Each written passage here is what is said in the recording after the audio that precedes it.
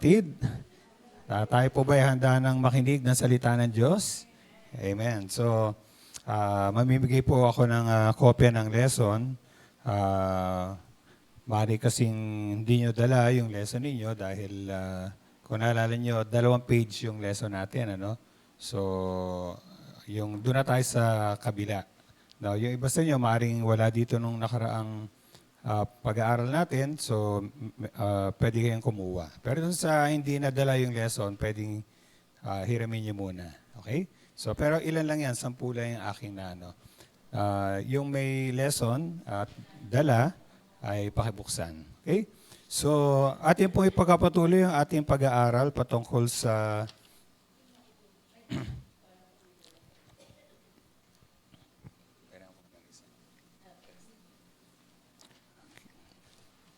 ng ating lesson number 4, ministering to the Lord.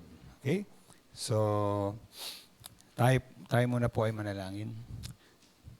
O aming Ama, maraming salamat po muli sa gabing ito na pinahintulot po ninyo na kami ay makarating at kami tinulungan niyo po, Ama, na makadalo sa gawain ito dahil alam namin na meron po kayong mahalagang nais ituro sa amin na magpapalago ng aming buhay panalangin, hindi lamang ng bawat po sa amin, kundi ng inyong katawan, ng iyong kongregasyon. Dalayan po namin ngayong gabi na alisin niyo po ang mamahadlang sa aming puso at kaisipan at kayo po amang magbigay ng pangunawa, ng kapahayagan, ng iyong pag-iingat at ng inyong Panginoong pagpapala sa aming pong paikinig ng iyong mga salita. Dalayan ko po, Ama, na kayo ang tunay na magturo sa amin at gamitin lamang po ang iyong lingkod. Pero kayo, Panginoon, kayo ay mangusap ng personal sa bawat sa po sa amin. Ingatan niyo rin po iba na mga kapatid na maaaring parating pa lamang at pinagkatiwala po namin ang sandaling ito na pag-aaral namin ng salita at tulungan niyo nga po kami, Panginoon, na hindi lang po kami makaunawa, kundi bigyan niyo rin po kami, Lord, ng hangarin at kakayanan na may sagawa ang iyong mga salita, Panginoon. Salamat po, Ama, at pinagkatiwala na po namin ang sandaling ito sa iyong kamay. Sa pangalan ng aming Panginoon Jesus, lahat ay magsabi ng Amen, amen. Sige, sarado niyo muna po yung mga lesson ninyo dahil magre-review lang tayo. Sino nandito nung nakaraan? Sino yung mga present? Konti lang. Yung iba lang po nandito nung nakaraan eh. Okay, so magre-review lang tayo. Ilang tanong lang naman. Okay, yung lesson natin ay patungkol sa ministering to the Lord. No? Yung pagmiministeryo natin sa Panginoon. Okay. Naalala niyo ba kung anong ibig sabihin ng ministering? No? Isang salita lang na kahulugan ng salitang ministering.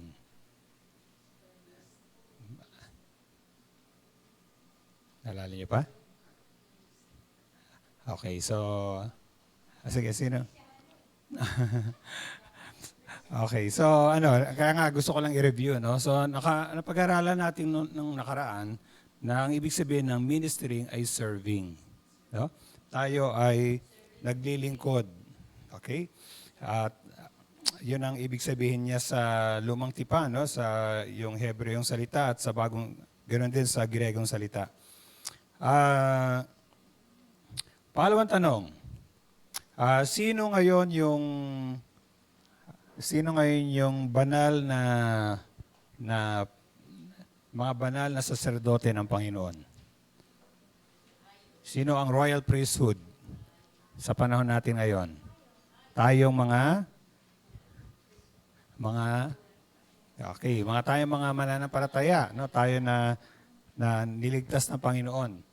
So nakita natin na nung lumang tipan, meron lang isang tribo ng Israel na sila lang yung binigyan ng karapatan, no, na magministeryo sa Panginoon, lalo na sa halimbawa sa presensya ng Panginoon, yung mga Levites, no?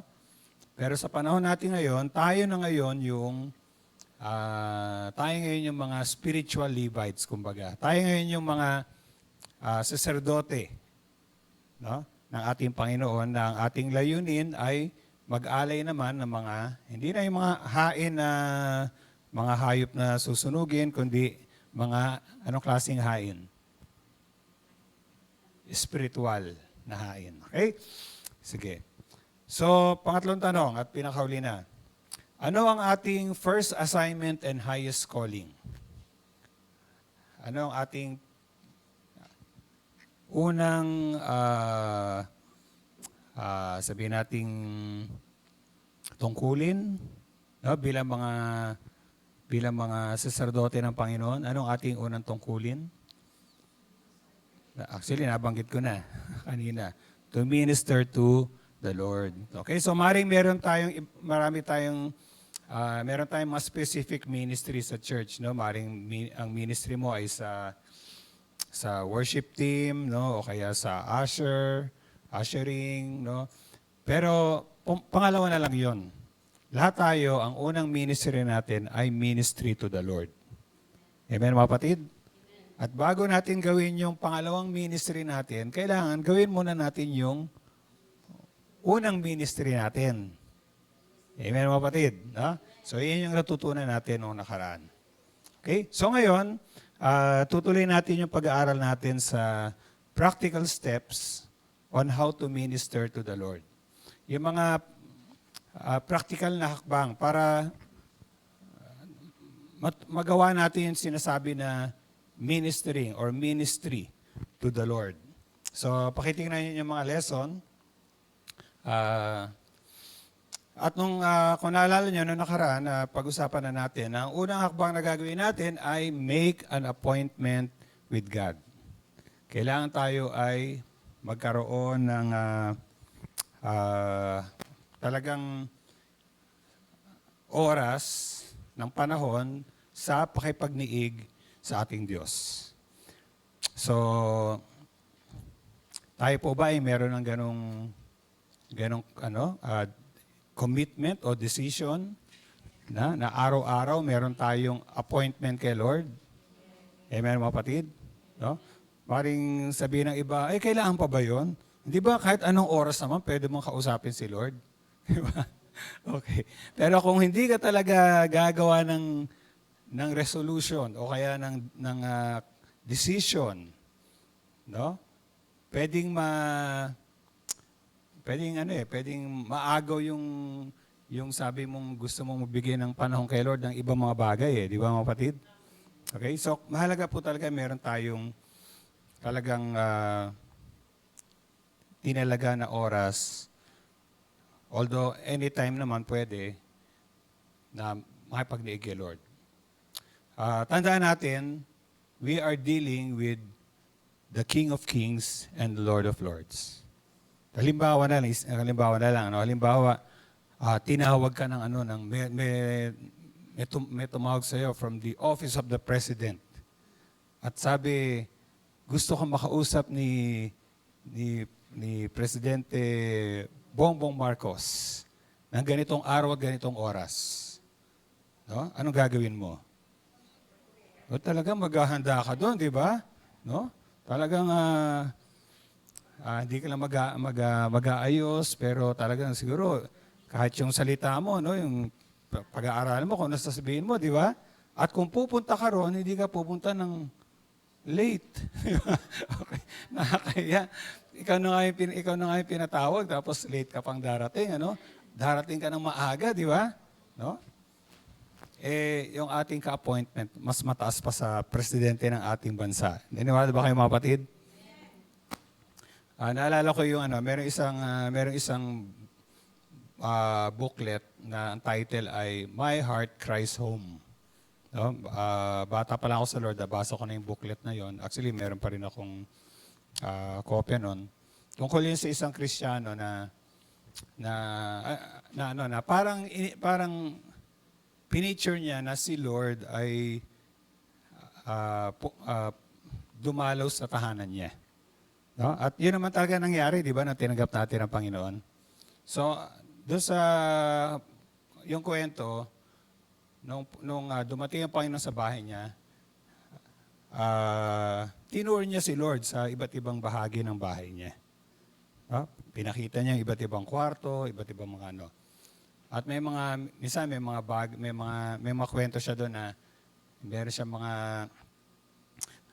mga bagay sa bahay niya na hindi pala nakalulugod sa paningin ni Lord, kaya medyo nahiya siya, gano'n.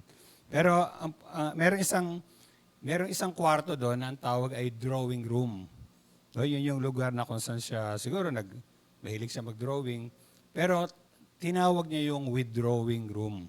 Kasi yun na rin yung naging silid na kung saan magtatagpo sila ni Lord. At a certain time sa bawat araw. Siguro umaga. Halimbawa, 6 o'clock. No? So, gano'n na nangyari. Every 6 a.m., pumupunta siya doon sa kwarto na yon. At nandun si Lord. No? So nakipag-usap siya kay Lord, talagang masaya-masaya siya. No? So nagawa niya yun ilang mga araw. Pero dumating yung sandali na may mga araw na may mga umagaw ng ano niya. No? Isang araw, gusto siyang makasama ng mga kaibigan niya. So pagising niya, nagmamadali na siya. No? Nakakalimutan na niya yung usapan nila ni Lord. Di ba? Yung ibang araw naman, nagmamadali siya siguro sa trabaho. Hanggang isang beses, nagmamadali na naman siyang lumabas ng bahay, napansin niya yung kwarto na yung withdrawing room, nakabukas. At nung sumilip siya, nandun si Lord. Okay. Nandun si Lord. Tuwing umaga pala, si Lord nandun. Hinihintay siya. So, nung napansin niya nandun si Lord, medyo nahiya siya. Pero lumapit na rin siya sa Panginoon. At sabi niya, Lord, tuwing umaga ba nandito kayo? Sabi ni Lord, oo. Hinihintay niyo po ba ako? Oo. Alam niyo, kahit ano lang yun, parang kwento lang yun. Pero ang totoo niyan, totoo talaga si Lord, hinihintay tayo. Amen? No? Akala ba natin si Lord, yung napaka-busy niya na wala siyang panahon para sa atin, na hindi mahalaga sa Kanya yung time niya sa atin? Hindi. So, mga kapatid, kung tayo ay merong appointment kay Lord, sikapin natin talaga na i-keep natin yung appointment natin ngayon kay Lord. Amen, mga kapatid? Okay? So, sabi nga dito sa ating lesson, listen to the Holy Spirit's invitation, set a time and a place. Okay? Be consistent and learn to linger. Matuto kang maghintay. Huwag tayong magmamadali. Huwag tayong magmamadali. Amen? So, ginagawa po ba natin yon? Meron tayong time na kung saan nakipagniig tayo sa Panginoon at hindi tayo nagmamadali. Amen? No? Siguro mag-share na rin ako sa inyo. Hindi ko na sabihin yung oras na ako yung napag-usap kay Lord. Pero sinisikap ko na maaga may pag-usap na ako kay Lord. Dahil bandang 8:08, kakain na kami ng almusal.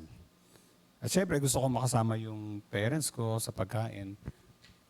Pero aminin ko minsan, hindi ako nakasabay sa kanila. Paano kasi? Ano pa rin, yung nakipag-ano pa rin ako kay Lord. Ayaw kong yung putulin yung time ko kay Lord, tapos itutuloy ko na lang dahil, no? Hindi naman sila umaangal. Pero sa akin, mas mahalaga yung time ko kay Lord.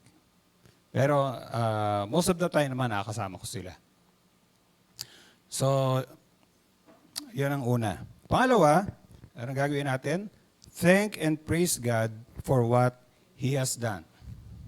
So, alam na natin yan at ginagawa na natin yan, pero bahagi na ating pagbiministeryo sa Panginoon ay yung nagpapasalamat tayo at nagpupuri tayo sa Diyos sa Kanyang mga ginagawa. Amen, mga kapatid? No? Ano nga yung memory verse mo, Sister Rose? Psalm 107. Ano sabi doon? Give thanks to the Lord for His good. Amen. Okay? So, natutuwa naman ako na gabi-gabi pala nagme-memorize kayo. No? Siguro, mamaya may bibigay ako sa inyo. Kasi ina-apply mo yung ating pinag-aaralan. Okay?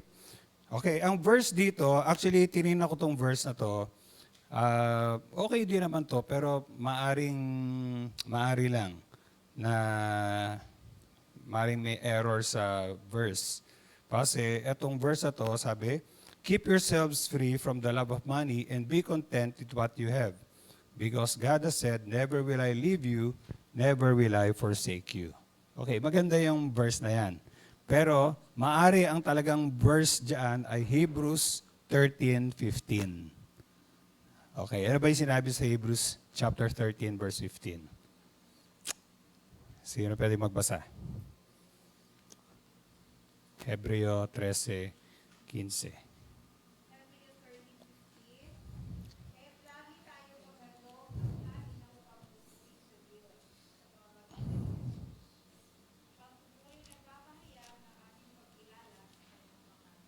Okay. So ano sabi dyan? Ano daw ang ating parating i-alay? Alay ng pagpupuri. Let us, through Jesus, therefore, let us continually offer to God a sacrifice of praise, the fruit of our lips that confess His name. Napansin nyo? Sacrifice of praise. Hindi ba tayo nga yung, priest ng Panginoon, at ang ino-offer natin, sinabi nga sa, alam niyo na itong verse na to, 1 Peter 2:5, ang ino-offer natin ay spiritual sacrifices. At isa sa mga sacrifices na yan ay the sacrifice of praise. No? Gaano kadalas daw natin dapat ialay itong alay ng pagpupuri sa Panginoon? Sabi diyan, continuous. Tuloy-tuloy na nag-aalay tayo ng sakripisyo ng pagpupuri. So, kahit na may mga panahon na hindi maganda pakiramdam natin, may mga panahon na marami tayong mga alalahanin, sa mga panahon na meron tayong kabigatan sa ating puso, sa mga panahon na hindi maganda yung nangyayari, ang sabi pa rin, let us offer the sacrifice of praise. Siguro kaya sinabing sacrifice, sakripisyo talaga, no? Actually, merong hindi madali, di ba? Pag sinabing sacrifice. So, minsan ganoon din ang pagpupuri. Hindi, you don't feel like praising, pero alam mo kasi na karapat dapat siyang purihin, kaya pupurihin mo pa rin siya. Amen? Amen? Pero sa pagpupuri natin, ang sabi sa Psalm chapter 22, verse 3, hindi ako nagkakamali, God inhabits the praises of His people. So, ibig sabihin, yung presensya ng Panginoon, nararanasan natin pag tayo ay nagpupuri. So, kung ano man yung spirit of heaviness, no, kung ano man yung, ano pa yung mga hindi magandang espiritu na dinadala natin, na, inaalis ni Lord yan. No? Pinapalitan niya ng kagalakan, no? Kaya maganda yung sinabi ni Sister Imelda kanina, kahit ano pa yung nangyari sa kanya, nagagalak at masaya pa rin siya kay Lord. Amen? Amen? Yeah. So, yan ang isang gagawin natin. Patuloy tayong magpasalamat at patuloy tayong magpuri sa Diyos sa Kanyang mga ginagawa. Alam niyo, napakaraming dahilan para purihin natin ang Panginoon. No? Meron akong binabasa ngayon sa aking devotion, isang librong nabili ko na 31 Days of Praise. No? So bawat araw, meron dong parang prayer of praise. No? At meron mga verses na nagsusupport dun sa prayer na yon. Nakita ko doon, ang dami palang dahilan para purihin natin ang Panginoon. Amen? No? Mahalaga na parati tayong napupuspos ng Espiritu ng pagpupuri sa ating Panginoon. Number 3, Ano sabi dyan? Sabay-sabay tayo, sabihin natin, worship God for who He is. At ang key verse dito, 1 Peter chapter 2, verses 5 and 9. Basahin natin ito. You also, like living stones, are being built into a spiritual house to be a royal priesthood, offering spiritual sacrifices acceptable to God through Jesus Christ. But you are a chosen people, a royal priesthood, a holy nation, a people belonging to God, that you may declare the praises of Him who called you out of darkness into His marvelous light. Okay? So, ito, nabanggit ko na to kanina, yung tayo yung banal na pagkasaserdote na Panginoon. We are part of that royal priesthood na ang ating ginagawa ay nag-aalay tayo ng mga spiritual sacrifices. Okay? Now, bagamat dito sa verse na to, hindi na mention yung worship. Pero palagay ko, yung bandang huli, sinabi dito, that you may declare the praises of Him. No? The praises of Him who called you out of darkness. Alam niyo kasi, ang worship talaga, malawak ang worship eh. Yung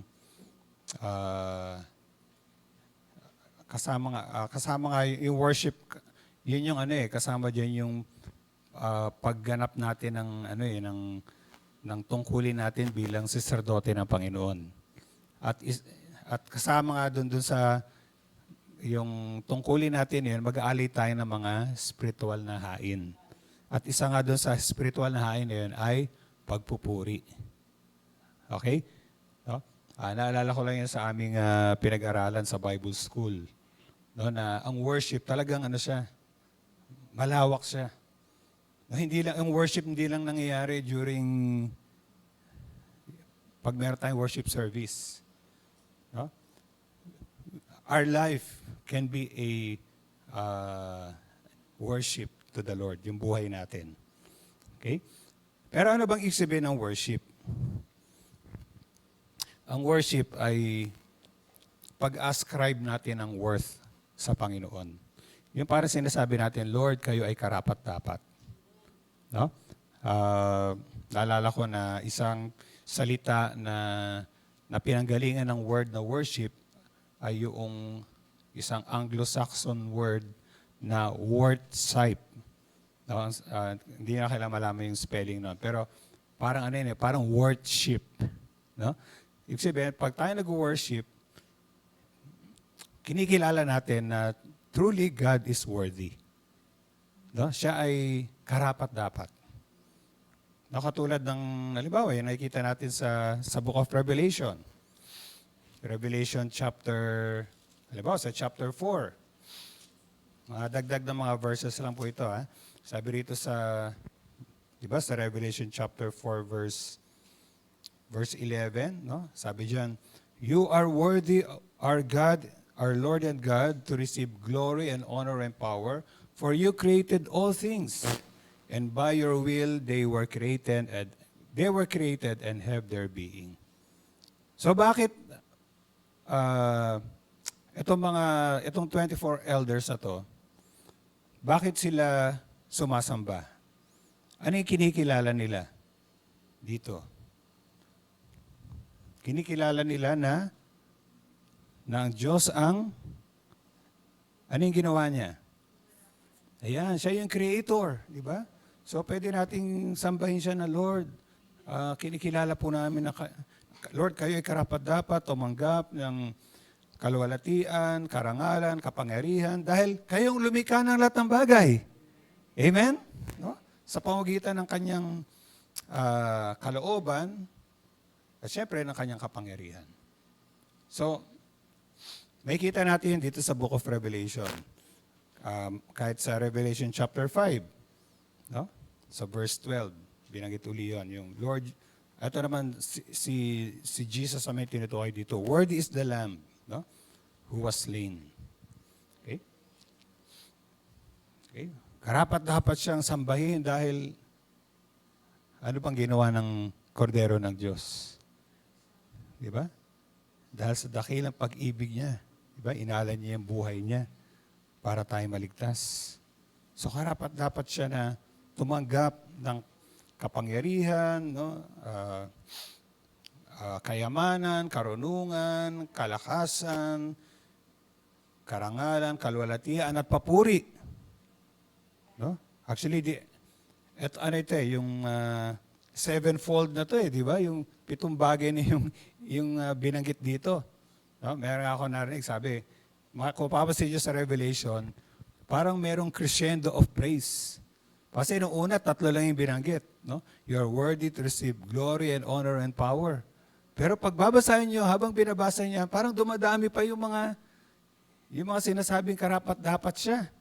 At ito na nga yung sabi natin, pinakamaraming nabanggit. Biro nyo, 7 yung binanggit dito. Okay? So, sa worship, kinikilala natin kung sino ang Diyos. Kinikilala natin na siya ay Diyos na banal, siya ay Diyos na mabuti. No? Amen? Ano pa mga katangian ng Panginoon? Kinikilala natin na siya ay makapangyarihan. Ano pa?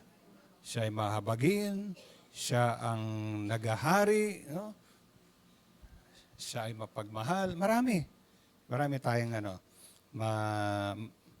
masasabi tungkol sa ating Panginoon. Okay? Number 4. Basahin natin, declare and confess scriptures to the Lord. Now, ang tanong, ano ba yung mga scriptures na i-declare at i-confess natin? Kung titignan natin itong mga sumusunod na mga talatang ito, halimbawa, okay lang ba? Basahin na lang natin yung English. Psalm 27:4. Ano sabi? One thing I ask of the Lord, this is what I seek, that I may dwell in the house of the Lord all the days of my life, to gaze upon the beauty of the Lord and to seek Him in His temple. Okay? So dito, patungkol to sa yung hangarin ng mga awit, no, si David, na isang bagay lang daw ang hinangad niya. Na siya ay manatili, siya ay manahan sa tahanan ng Diyos ng buong buhay niya. At parati niyang tingnan ang kagandahan ng Panginoon. So ito ay nagpapahayag ng yung desire niya talaga yung talagang wala siyang ibang hahangarin kundi ang Panginoon. Amen, mga kapatid? No? Pansinin niyo yung mga susunod na mga verses. Sabi naman dito sa Psalm chapter 15 verse 1 to 3. Basahin natin, Lord, you who may dwell in your sanctuary, who may live on your holy hill, he whose walk is blameless and who does what is righteous. Okay? So, yung dito naman sinasabi sa atin sa atin na naghahangad na gustong manahan sa presensya ng Panginoon. Sinasabi lang dito na merong ding dapat tayong panatilihin. At yan yung kabanalan sa buhay natin. No? Yung sabi nga dito, yung wala tayong yung ating paglakad ay walang blameless. Walang kapintasan, no? Walang makikitang bahid, no, ng karumihan sa atin. At ang ginagawa natin ay matuwid. Okay? Ito sunod na verse, walang nakalagay na reference, no, pero yan ay makikita natin sa Deuteronomy chapter 6 verse 5, yung love the Lord your God with all your heart and with all your soul and with all your strength. At syempre sa New Testament, mababasa natin yan sa Luke chapter 10 verse 27. Okay?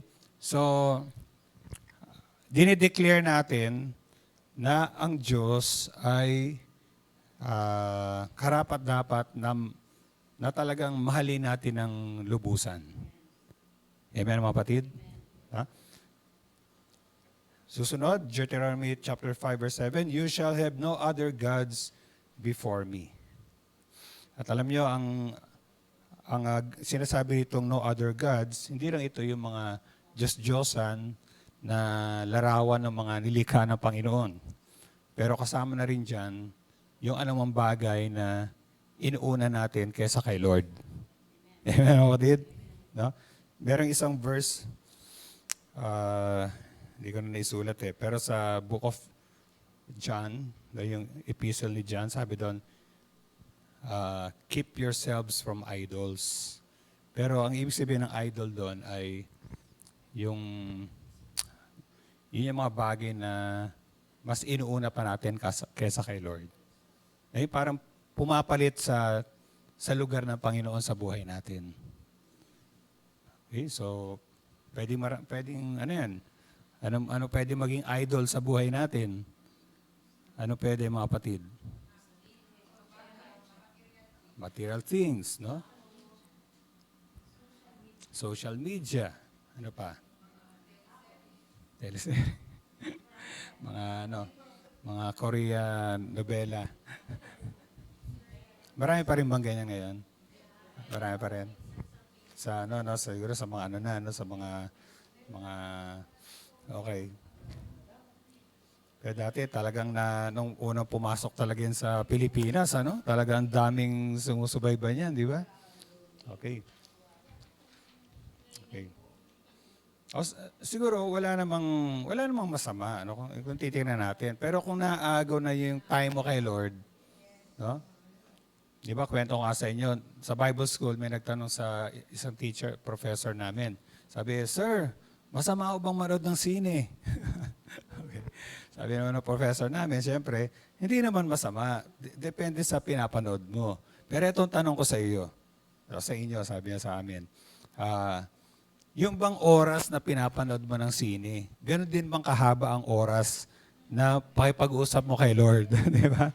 Okay. Sabi niya gano'n. So, tayo na talaga makapagsabi kung ano. So,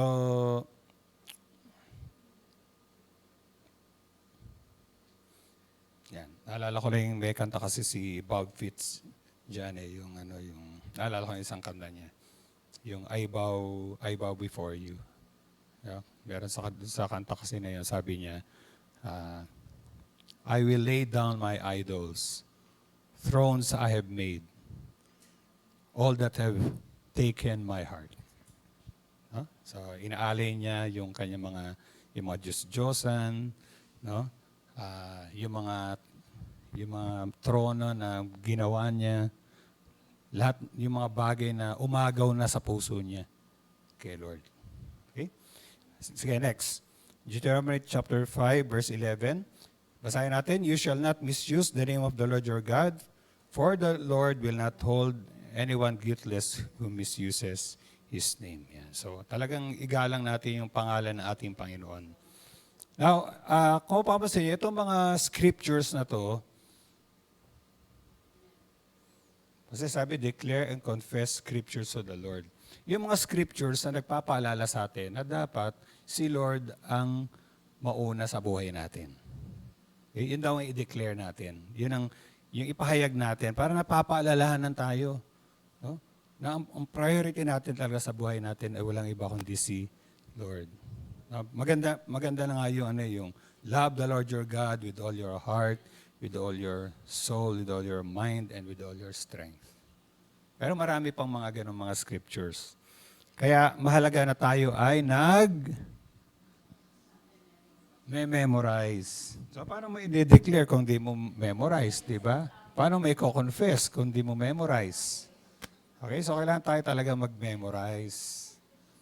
No? Para kung, alam mo yung mga salita ni Lord, makapangyarihan yan eh. Diba? Yan sabi nga sa Psalm may sinabi din ano sabi doon,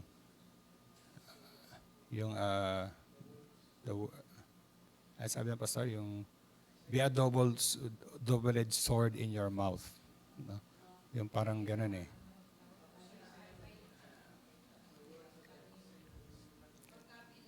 Isaiah. Yung salita na sinugo na Panginoon, hindi babalik sa kanya na walang nagagawa. Okay. So, mahalaga. Alam niyo, isang isasuggest ko sa inyo, merong mga tinatawag na mga scripture memory songs. No? Meron ganyan sa YouTube. Si Don Moen nga, meron siyang isang album, no, mga scripture memory songs. Pag natutunan mo yung kanta, memorize mo yung verse. Di ba? Alam mo yan? Narinig niyo na ba yung album ni Don Moen na yun? Meron doon, yung sa Romans 8:1, there is therefore now no condemnation for those who are in Christ Jesus. As I have given you authority to trample on snakes and scorpions and to overcome. Ang gaganda ng mga, yung madaling catchy mga tune, madaling matutunan, na-memorize mo rin yung verse. No? Siyempre, meron di ba mga nagsulat ng mga ganong mga kanta. Yung kay Don Moen, pwede yung i-search Scripture Memory Songs, Don Moen. Isang album yun. No?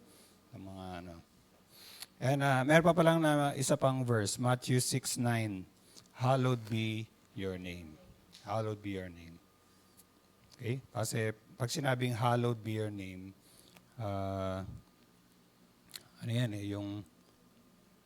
di ba sa Tagalog, sambahin nawa ay yung pangalan.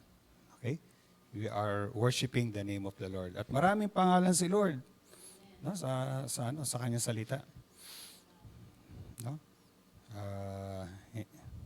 Okay, number 5. Ito, maganda gawin to. At alam ko, ginagawa niya rin siguro to. Play, worship, music, and enter in demonstratively. So, pwede natin gawin, magpatugtog tayo ng mga worship song. No? Sino sa inyo rito parati nagpapatugtog ng mga worship song? Yan. No? Lalo na sa devotion natin. Ako ginagawa ko pag minsan malimit nagigising ako sa gabi, ang gagawin ko lang, magpapatugtog ako ng kahit 2 worship song na gusto ko. Ay, maya konti, tulog na ako. Okay. Pampatulog pala. And then, parang, siyempre yung presence si Lord, no, i-invite mo no?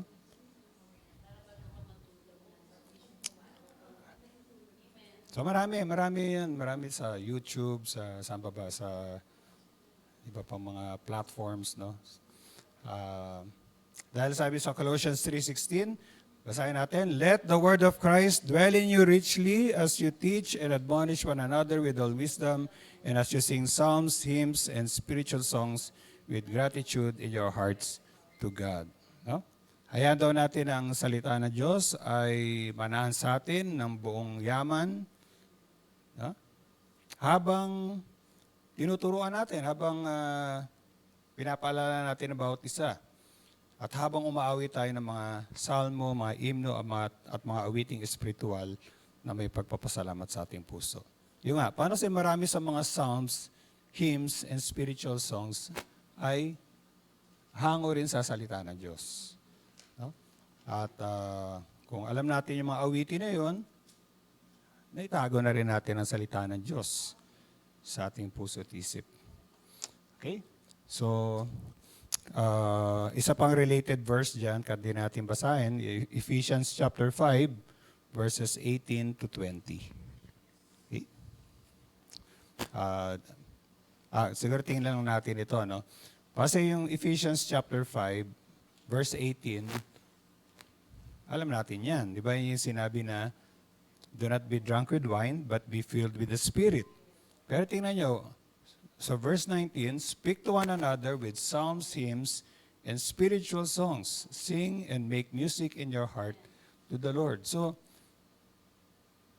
parang sinasabi na, if we are filled with the Spirit, kung tayo ipuspos ng Espiritu Santo, ang lalabas din sa labi natin ay mga awitin, no? Mga awitin, mga himno, mga spiritual na awitin. At sabi rito, tayo ay aawit at gagawa ng musika sa ating mga puso sa Panginoon. Amen, mga kapatid? No? So, pwede rin na habang umaawit tayo, tayo ay napupuspos lalo ng banal na Espiritu. Okay? Pwedeng the other way around. Ano? And number 6, take time to listen. Okay, yan ang minsan na medyo, ako, aminin ko, may mga time na medyo kulang. No? Pero, sige, basahin muna natin Isaiah chapter 50, verses 4 and 5. The sovereign Lord has given me an instructed tongue to know the word that sustains the weary. He wakens me morning by morning, wakens my ear to listen like one being taught. The sovereign Lord has opened my ears, and I have not been rebellious. I have not drawn back. Okay, so sabi rito, ginigising tayo ng Panginoon, no? Bawat umaga. At ginigising niya, lalo na yung ating tenga, para makinig. Katulad ng isang tinuturuan. Siya ang nagbukas sa aking mga tenga, sabi nung propeta. At hindi ako naging rebellious o rebelde sa Panginoon. So, mahalaga mga kapatid na sa ating devotional time, ay may time din tayo to hear, no, to listen. Siyempre, ang isang paraan talaga para tayo ay nakapakinig sa Panginoon ay sa pamamagitan ng Kanyang salita. No? Pero aside from the Word of God, meron din mga sinasabi si Lord sa atin through His Spirit. No? Siyempre, kilala tayo ni Lord eh. So, meron siyang i-correct sa atin. O kaya meron siyang word of comfort sa atin. O kaya meron siyang gustong ipagawa sa atin. So, kailangan bukas ang ating mga spiritual na tenga na makinig. Okay? Kailangan tayo ay magkaroon ng katahimikan para mapakinggan natin ang tinig ng ating Panginoon. Okay? Take time to listen to the Lord. Okay?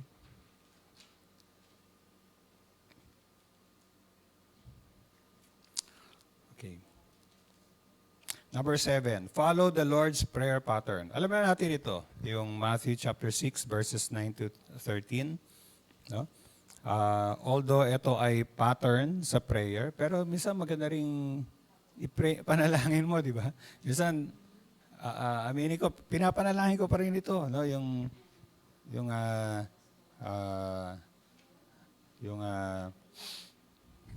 Your kingdom come, Lord, may your kingdom come, may your will be done, no?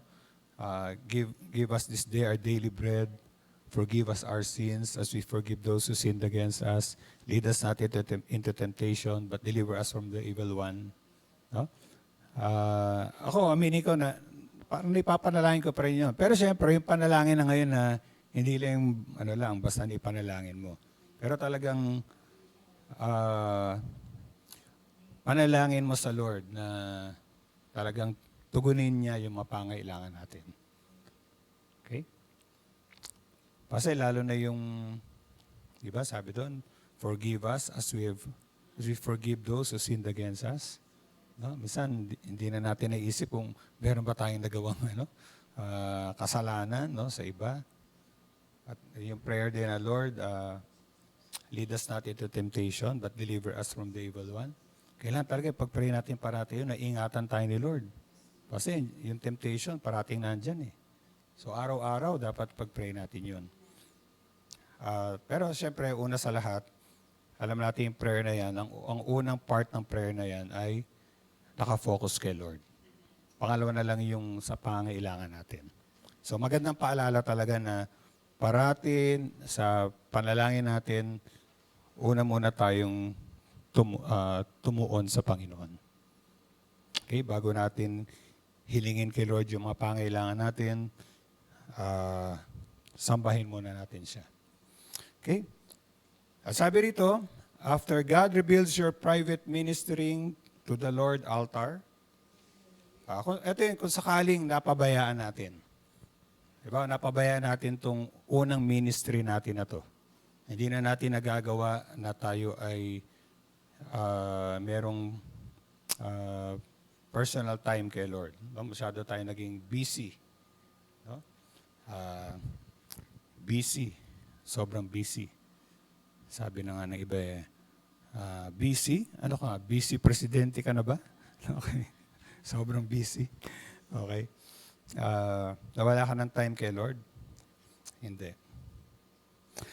He will rebuild it in your marriage, with your children, in your church family. So, in-encourage tayo na bawat isa sa atin, lalo natin patatagin yung ating personal ministry sa Panginoon. Amen? Everyday ministering to the Lord is our highest calling. No matter what other assignments God gives us, this is assignment number 1. Amen. And I believe pag ginawa mo yung assignment number 1, magiging matagumpay ka sa assignment number 2. Amen? Kung ano pa yung ibang ministry na bigay ni Lord sa'yo, basta gawin mo yung number 1, no? Magtatagumpay ka sa number 2. O kaya iba pang mga binigay ni Lord na ministry sa atin. Wag natin pababayaan yan. Okay? So, hindi ba naikwento ko nga sa inyo, para sa ibang hindi narinig ito, yung isang missionary, si Amy Carmichael, yung missionary sa India, no? Doon sa compound nila, yung mission compound nila, nagpagawa sila ng chapel, pero yung chapel na yon kakaiba. Kasi may 2 spire. No? Di ba kalimitan yung mga chapel, isa lang naman yun. Yung spire, yung mataas na patulis, yung maaaring sa harap, no? Yan. Pero siya, nagpagawa siya ng 2, isa sa harap at isa sa huli. May dahilan siya. Kasi yung una, nagsisignify o nagpapaalala sa mga workers niya at sa mga kapatiran, ang una doon ay worship. Worship. At yung pangalawa ay nasa likod, service. Paglilingkod. O kaya yung, syempre, yung ating yung mga, kung saan man tayo tinawag ni Lord, no, na gawain.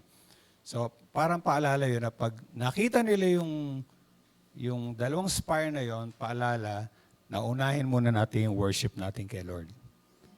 No? At pangalawa na lang yung iba pang gawain natin. Iba pang ministry natin. So, with that, dito nagtatapos yung ating lesson on ministering to the Lord. So, tayo po ba ay may natutunan? Ayan. Well, siguro, ano lang naman ito, no? Ano lang? Okay lang ba? Baka meron sa inyo gustong mag-testimony na kung paano talaga, ano yung kaibahan talaga na nakapag-minister ka muna kay Lord bago magawin yung ibang mga bagay. Ano ang magandang naidulot nun sa iyo? Pastora Norma. Sige. Short short.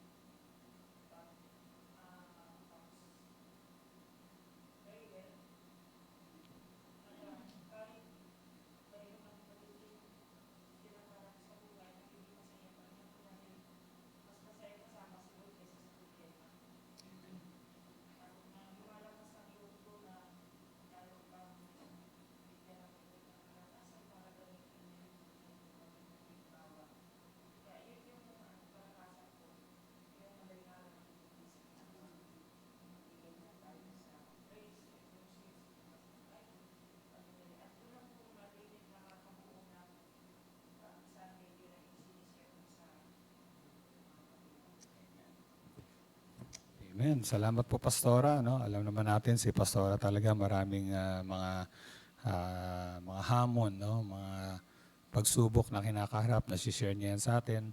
Pero bakit nagagawa pa rin niyang maglingkod, no? Ng may katapatan at kasiglahan dahil sa inuuna niya si Lord.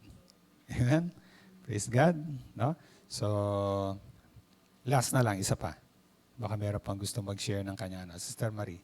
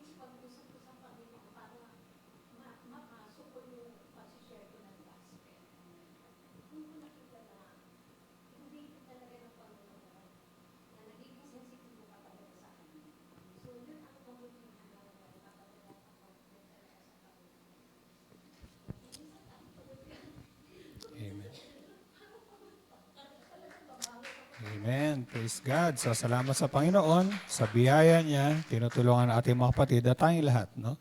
Na i-keep natin yung appointment natin ngayon kay Lord. Kasi yun talaga ang magbibigay sa atin, no, ng sapat na kalakasan, kahandaan para harapin natin yung bawat araw. Amen? So, praise God. So, tayo manalangin. Maraming salamat po, Panginoon, sa mga paalala niyo sa amin. Tunay nga, O Diyos, na nais nyo, higit ang pagnanais nyo na makaniig kami, kaysa ang pagnanais namin na kayo ay aming makaniig sa bawat araw. Salamat po dahil tunay nga, O Diyos, na kayo ang naglagay ng hangarin na yan sa aming mga puso, na kayo ay aming unahin, kayo ay aming alayan, Panginoon, ng mga espiritual na hain na inyong tinalaga na aming ihandog sa iyo, Panginoon. Hindi lang po ang aming mga pagpupuri, hindi lamang po ang aming pagpapasalamat, hindi lang ang aming mga kaloob, pero higit sa lahat ang aming buhay, Panginoon. Salamat po, Diyos, at dalangin po namin na tulungan niyo po kami na magkaroon ng katapatan sa inyo. At sa panibagong taong ito, Lord, ay huwag po namin pabayaan ito, kundi lalo pa naming pagbutihin o lalo pa naming palalimin ang aming buhay pagsamba at aming buhay panalangin, Panginoon. Salamat po, Diyos, at pinagkakatiwala ko na po ang iyong mga salita at aking mga kapatid sa iyong kamay. Sa pangalan ng aming Panginoong Yesus, lahat ay magsabi ng Amen and Amen. Amen. Amen. Praise the Lord. Praise the Lord.